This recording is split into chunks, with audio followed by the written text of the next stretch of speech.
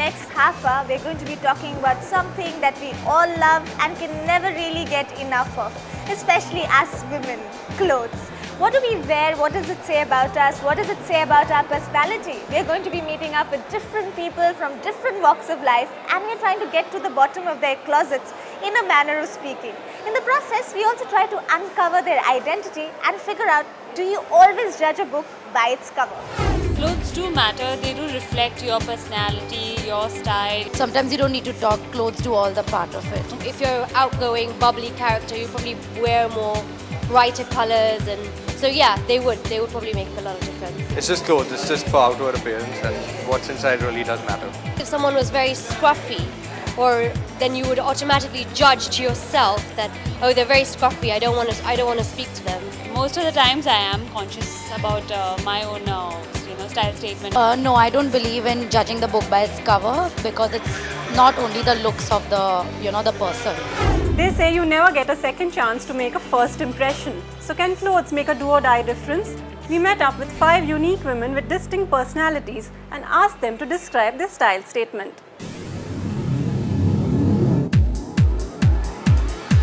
There are many terms to describe Sapna Bhavnani. Colourful, hip, outrageous, but unconventional would fit her best. Sapna is a non-conformist, and it's not just his zillion tattoos we're talking about. If I'm the showman, let me just wear what I want.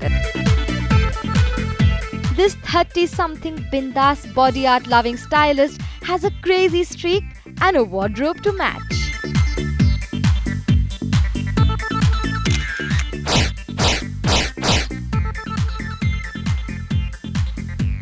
I wear all kinds of clothes, to like short chaddis, to full maxis, to whatever. But the minute I open my mouth, you can tell this is the person I am.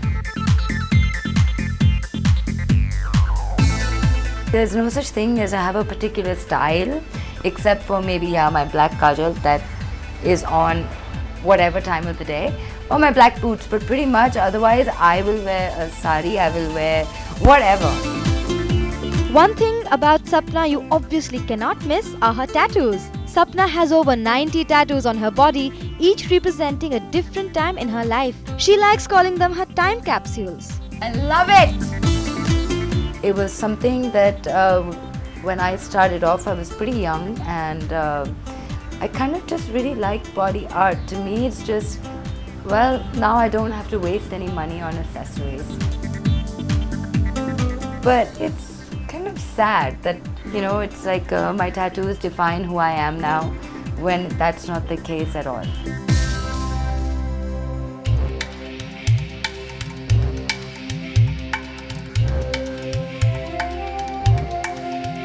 No one makes a sari look as gorgeous as Dolly Thakur. Long before kitsch became cool, this theatre veteran and socialite had adopted this mantra.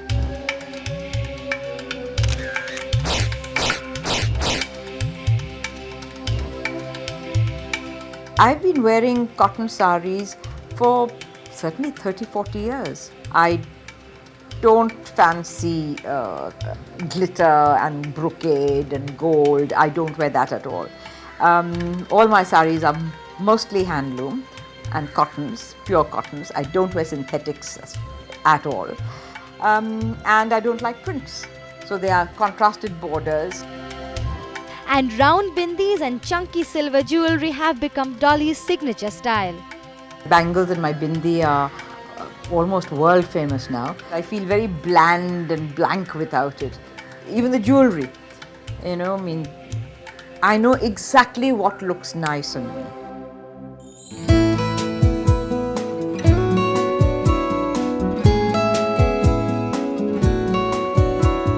Simone Singh not only looks gorgeous, she also has a great sense of style. Here's one woman who never goes wrong with her clothes.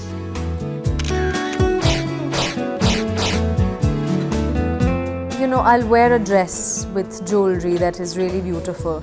But usually when for a more casual event or for a more casual look, I'll mix things up because that's how I like to do it.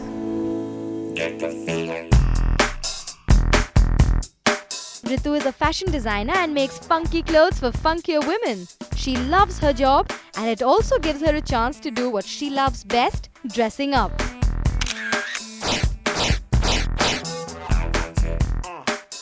I like wearing mini skirts a lot because I like the look. I have a good body and I think I can carry it well. Then of course I like wearing quirky stuff, like it could be long jackets picked up at flea markets or dhoti pants or anything different.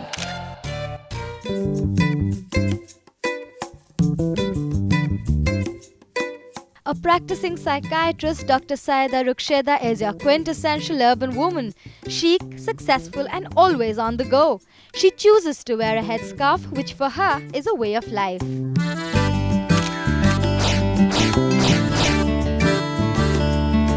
I wear the hijab because I choose to live my convictions, because religion is a way of life. There are a lot of times where the outfit, the dress that you're wearing looks different when you're just wearing it, and it looks different when you're wearing the hijab.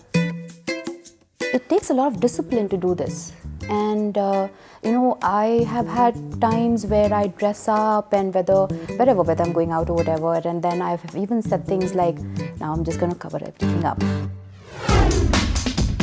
Clothes are not just clothes. They can be your mood changer, love life enhancer and protective armor. You can dress to fit in or simply stand out. When I first moved here and I started my career as a hairdresser, I got really popular, not because of my talent, it was because of the way I looked. And it irritated me because people just assumed, oh my god, she looks cool, she must give good haircuts. I do get noticed. I like it. I want it. That is my nature, that is my personality. I express myself through clothes. It is another way it's another visual art form. That's the way I can look at it. When I've got to make an impression, I will always wear a sari. Even though it may be out of place. Everyone else is coming in skimpy, spaghetti skirts and all glitter and things, but I will not. I'm used to people looking at me because I look different.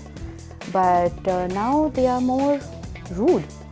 They actually look me up and down. They're not ogling, they're not leering. They're just looking at me as if I'm a piece of, I don't know what. That happens to me a lot. I get stared at as this thing and it irritates me. Even now I'll have my colleagues saying, you need to come out of it. And I'm like, I'm not in anything to come out of anything. And they're like, aren't you hot? And I'm like, no, in fact, it's good. I don't have a bad hair day. If you're a free spirit, then your wardrobe will reflect it. If you're conservative, then your wardrobe will reflect that. Yes, so I do believe it reflects your personality. Clothes become an extension of our personality, like Sapna's signature tattoos and Dolly's eclectic saris. And Dr. Sayeda says for her the hijab is just that, a part of her identity. Like her, many other women around the world have chosen to wear the veil, a rather innocent-looking outer female garment that's existed since time immemorial. So why does it continue to cause a flutter? When a lady walks into my store wearing a hijab, the first thing that's going to strike me is, of course, her religion. Beyond that, nothing. I don't look at a woman strangely twice. In fact, now what I look at, because I've learnt now, to see the patterns of their hijab. They're very expensive and they vie with each other to have a better hijab than the other. To me, I will not think that you're less of a woman. I will not think that you're timid just because you're wearing it. I would not think that you're giving in to social pressure. I think that that's something you want to do, and you should have complete power to do what makes you happy. Looks like dressing up is serious business, at least for some people. After the break, we'll be meeting up with two women whose workplace dictates their dress code. I'm just waiting for that, to be myself on screen. Somebody who has the power to deliver, and I like that.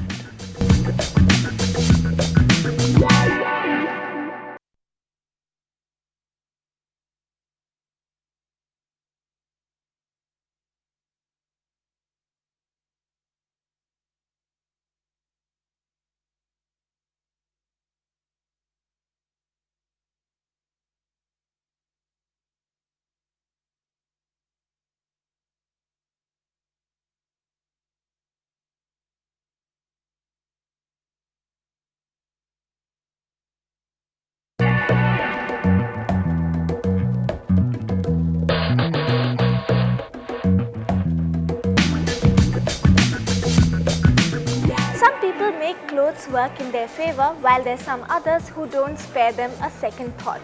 The first is pretty meticulous about what they choose to wear, while the second just wears what they can lay their hands on. And then there's the third variety, whose choice of outfit is not dictated so much by choice but by compulsion, rather their workplace. We're meeting up with Kanchan Chowdhury, DGP Uttaranchal. She wears her pride on her sleeve, her uniform.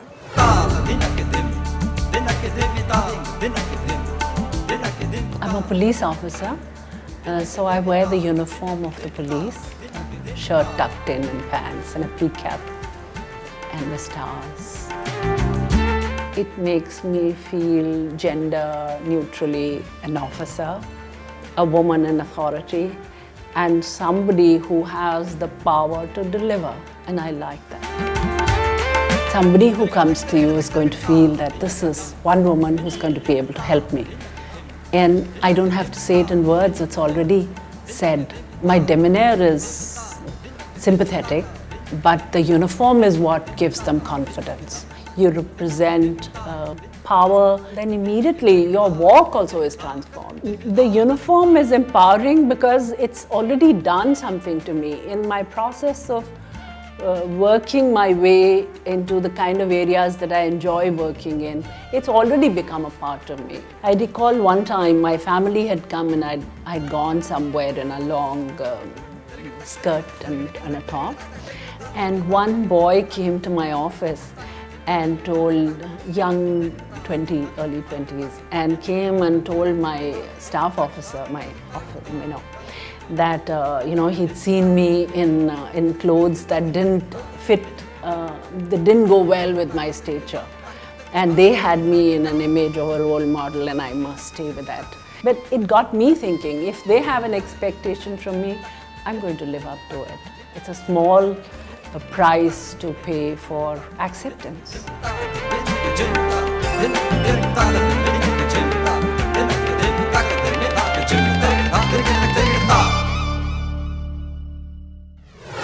Time now to meet Shubhavi. Now this 25-year-old is a familiar face on television. In fact, as the conniving Meera Singhania in Kyunki Saas Bhi Kabhi Bahu Thi, she's everyone's favourite wicked vamp.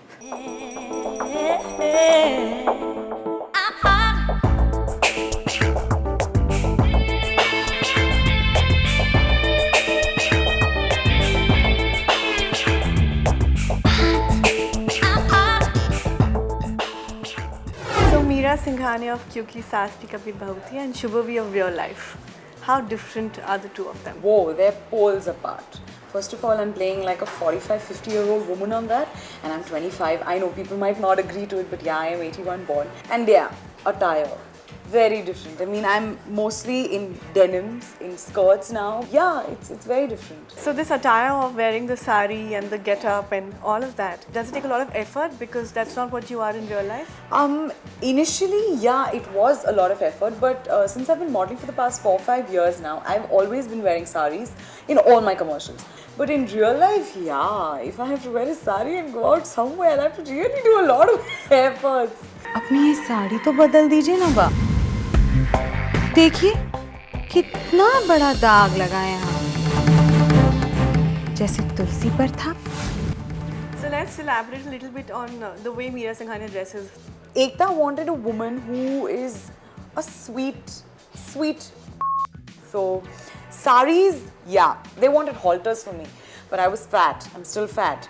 I have big arms, so you know they have to think of the camera thingies and all. So that's why I thought that okay, the way I could look a little different as far as saris is concerned is the drape. You know, do you drape it differently? Lots of people have come and asked me also after they register and all that how do you drape your sari? So I remember in Inorbit, the mall, in the loo, I'm telling them I'm taking a chunni, like a salwar kameez ka chunni, and I'm telling them okay, you know, you're supposed to drape it like this, and they're like, oh, it's so easy. I said, yeah. Do you start feeling a lot different once you get into the attire? Do you become Meera from Shubhavi? Oh yes, completely. When the wig comes on, like I tried rollers and I streaked my hair where everybody had gone grey. I had got golden and red streaks in my hair and, you know, rollers, and I'd become completely la-di-da types. Well, you are an actor. You have to put yourself in the shoes of that person. अब सबका ख्याल रखती हूँ, फिर भी हर बार कहीं ना कोई कमी क्यों रह जाती है बा? But sometimes I do feel that, you know, I would want an opportunity where I would wear denims and, you know, a blazer or maybe shorts and, you know, something. I have to lose a lot of weight. I'm just waiting for that, to be myself on screen.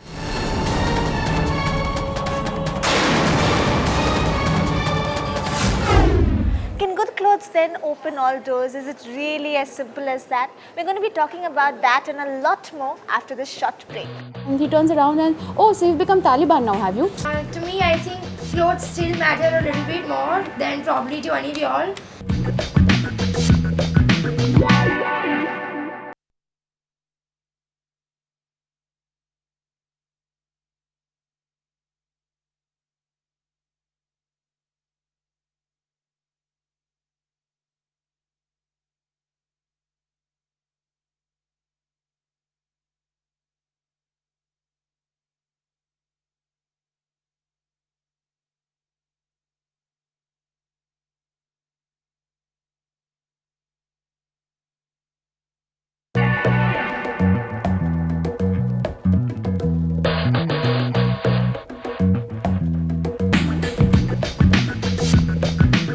Welcome back. We're still trying to figure out if a certain dress code can make or break your personality.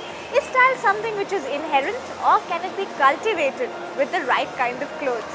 Arsha Kabadia gets quite a discussion going.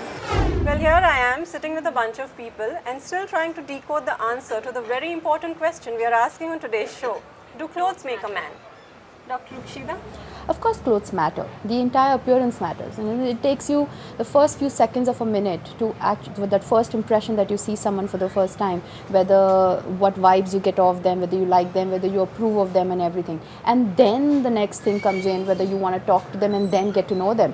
Prerna, how important is it to make the right first very impression? important. I don't think I would approach someone who isn't dressed well. I mean, if you're such a slob, if you don't care about what you're wearing on a daily basis, what are you going to care about your friends? What are you going to... I think it makes a very big difference. Archie, you agree with that? Yeah, absolutely, you know, because everything is about looks. I mean, in the first impression is the impression that you get, you're going to judge the person. It is a thing, yes, we are going to judge, because they also say that don't judge a book by its cover, but nowadays it's more like, okay, if the book is good and if the interiors is good, you know, then you are going to take a lot of trouble making, you know, the look also good. But also this pressure of dressing up, of looking right. Shaheen, you must be facing it a lot more because you're on a page 3 kind of circuit. You always have to, you know, be well dressed for all the parties. And see, I have a question mark about this question because I will not judge a person with the clothes they wear. For me, my dressing firstly is about comfort. It's not about wearing, oh, this is the latest and let me wear skinny jeans, you know, even if they don't suit me. It's not about that. Like in the last year or so, I've just realized that, you know, you can meet the best of people who are so well dressed and whatever, and once they open their mouth, you just realize, okay, where from? Where did this thing come from? And you know, in this circle you move around, you meet so many people who are all, oh darling, oh babes and everything, but completely shallow. Prerna, you tell me, you're in college. Yes. And you know, you're always you know, with your peers. How important is it for you to be well dressed to stand out? I think it's very important to stand out. I don't think I would survive if I'm wearing a t-shirt and another girl is wearing it. I would die. That would be the end of me. I would run. I would run out the door. I would run. It's happened with me yesterday. Someone that you meet for the first time, they could probably be just in a sloppy mood that day and they're generally naftily dressed. So you've already judged and said, I don't want to talk to that person. No, I'm not saying I would judge them completely, but on a certain level, unconsciously, I would judge them. Definitely. If a guy is wearing a t-shirt that has a stain on it, I'm definitely going to be like, what a slob. Like, you know, like so then would you go out with him or no? You wouldn't. No. You wouldn't give him a second chance. Maybe I would give him a second chance if I saw him in another nice dress, a nice clothing the next day. Maybe yes. Taking off from what Prerna was saying, that at the age of 17, 18, you know, it's important for her to be well dressed, to fit into her, you know, with her peers in her social circle. You started wearing the hijab when you were 17. Yeah, it was a tough time because I was 17. I wanted to be with everyone, but at the same time going through that whole teenage angst, wanting to be different and individuality, and then so it was really different. But at the same time, I think it made me mature that much faster because I was like more concerned about how I'm handling it and what I want to do it and how I'm going to face it, and I wasn't so concerned about what the rest of the people are actually saying something about me because I was so me at that time. But when you were in college and all the girls, they're wearing their jeans, their short skirts. Well, I'm pretty sure you wanted to at some level, or no? Like you never wanted to dress up, I play dress up practically every day, even now. I like, every time my mom gets a sari, I'm the first one to wrap it around and show it to everyone and things like that. So I do my girly thing, absolutely. I wear everything and I still go on a banana boat ride and take a dunk in the ocean. But you don't think it's been a compromise? Like I think I choose to believe I'm cool now. I don't have to. Cool in a hijab. Yeah, I think that's very important. But on a different note, post 9/11 and things like that, haven't you got certain other comments also because the major difference post 9/11 is they stopped using conservative. They've started using fundamentalist. Jihadi. Oh yeah, I was just hanging out with a colleague of mine, and somewhere or the other, and we were discussing how there's more nudity and vulgarity in the music videos, and we need to do something about because it's so not age appropriate and things like that. And he turns around and, oh, so you've become Taliban now, have you? I'm like, that's such a stupid. It's also very stereotypical. It's such a stupid thing to say. But don't we sometimes tend to make snap judgments about people? I guess you have a kind of a first impression. Like for example, in Dubai, we had a friend's wife who wore a full burqa and everything. And the first thing you see and you're like, auntie, my God, now she'll lecture me on religion and everything, and that kind of thing. But when I spoke to her and I got to know her, and we spent time together, I just felt like such a lesser person than she was because she is so intelligent, she's so educated. She, deals in stocks and shares, and I can't even spell stocks and shares or whatever. Tell me something, these platitudes like inner beauty and, cliches like that, are they then really true? We can't be lying here. Everyone is judging. We are always looking at people, and I think clothes make a difference. But also, it definitely matters what you think of yourself. If I'm not confident and if I'm wearing good clothes, people will be able to tell. There's no substitute for substance. If you don't have it in you, it doesn't come out. Let me ask all of you, why do you wear what you do and what it does for you? What do your clothes say about you? Point number one is my comfort. And it depends what I want to be that day. If I'm wanting to be sporty, or if I'm wanting to be sexy, or if I'm wanting to be slobby. Arshi, what do your clothes do for you? Why do you wear the kind of It's always a similar thing. It's the same thing. It makes you confident, definitely. Dr. Nukshia. Feeling good about yourself is because, it's what inside that actually comes out, isn't it? Ritu? It's all about feeling good about yourself. And with me, it's like sometimes I really don't feel like dressing and I know I'm meeting. So I know my smile would work. Kirti, what about you? If I'm going for an interview, I would be wearing something more simple, like white or something. But if I'm going out with friends and all, I'll be more bright. Prerna? To me, I think clothes still matter a little bit more than probably to any of y'all. Because we're I'm being honest, yes. I will know. I know. Absolutely. No, I'm not being defensive. We all are. When I get up in the morning, if I'm late for my practicals, I will still look for my matching shoes, my matching bracelet. I've got to be perfect. Well, that's all we have on this show today. So whether you're hip and trendy or simply comfortable in your own skin, if you feel good, it sure looks good. What's your dress code? Write to us on weekend@timesnow.tv. Thanks for watching.